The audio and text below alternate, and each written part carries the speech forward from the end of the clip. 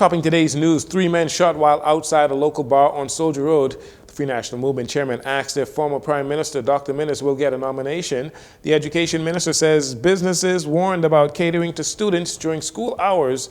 And in the wake of 5 traffic fatalities, the Minister of Transport urging motorists to drive with care and attention.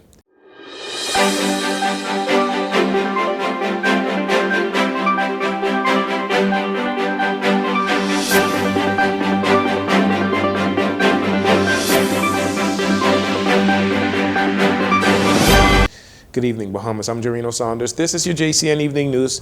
It's a pleasure to have you join us. It happened around 9 p.m. last night. 3 men were outside a bar in the area of Soldier Road and Windsor Place Road when 2 men appeared from behind a wall and started shooting in their direction. The 3 men were all shot multiple times, but one of them died at the scene and becomes the 85th person murdered this year.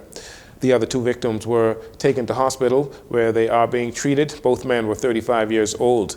The shooters fled on foot south along Windsor Place Road. Meantime, this morning, police reported another shooting, this time in the area of Fire Trail Road West. At the time, investigators said the victim, a 51-year-old male, he is conscious and alert, and he was receiving treatment at the hospital as well. Police say it was around 5 a.m. when the victim was making property checks when he encountered the lone gunman who was attempting to gain access to one of the trailers on the property. As a result, the assailant fired several gunshots at the victim, shooting him multiple times in the upper body before fleeing the area. Police are actively searching for that suspect. Education Minister Glenys Hannah Martin toured several schools on Monday where she spoke to the media on the issue of local businesses like some of the barbershops and other restaurants catering to students between 9 a.m. and 3 p.m. when they should be in school. The minister said the Royal Bahamas Police Force has communicated with such businesses and educated them about the laws as well as the consequences. They've already gone to barbershops which were doing business during school hours, and they've given them very stern warnings about their business licenses. Obviously, we know school starts at a particular time, and a student in uniform shouldn't be sitting in anyone's chair after school has begun. On the issue of breakfast, vendors and things of that nature, we've noted that they are serving breakfast after hours. We will be speaking to them to encourage them not to be doing that because they are facilitating absenteeism from school.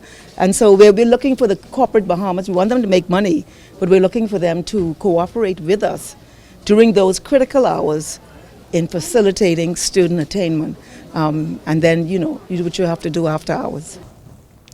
We understand some businesses have posted signs outside their establishments informing students that they will not be served during school hours. Minister Hannah Martin estimates between 40 and 50,000 students enrolled in the public school system this year. There has been lots of conversations in the political circles as to whether the former Prime Minister, Dr. Hubert Minnis, will get a nomination from the Michael Pintard-led Free National Movement, particularly after their recent hotly contested race for leadership. During a press conference at the party's headquarters on Monday to announce mandatory training workshops for potential candidates in order to be eligible to be selected as a candidate for the 2026 general elections, party chairman Dr. Dwayne Sands was asked if Dr. Hubert Minnis was one of the 50 people already attending those sessions. If not, does he expect the former Prime Minister to take part? The chairman responded like this. We have a strict non-disclosure approach, and so I am not minded to tell you who has participated to date, nor am I likely to tell you. Understand that we are dealing with a very spiteful and vindictive administration.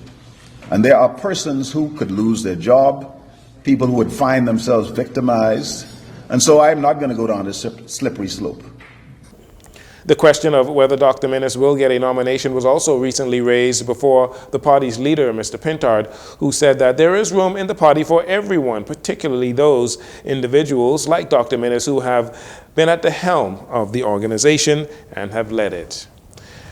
The Transport Minister, Jobeth Kobe Davis, is urging motorists to use greater caution. This after 5 people lost their lives on the roads here in the capital since Saturday. Minister Kobe Davis says we have recorded 53 fatalities so far this year, already more than last year that saw 51 total traffic deaths. Most of the fatalities reported so far this year are males, with over 60% of those victims being under the age of 46. Approximately 77% of reported fatalities, they have been occurring between the hours of 4 p.m. and 8 a.m., with most of them occurring on Sundays and Mondays. And finally, in this segment, we now know the names of the three brothers who were killed in the car crash that took place on early Monday morning on the Milo Butler Highway. They're pictured here. They are 24-year-old Philip McCarran Christie, 23-year-old Philip DiCaprio Christie, and 20-year-old D'Angelo Christie, all brothers. Prime Minister Philip Davis has extended condolences to the distraught family. Transport Minister Kobe Davis acknowledged one of the brothers in particular, as he was a BPL employee at Clifton Pier. You're listening to JCN News. We'll take a break here. We'll be right back after these commercials.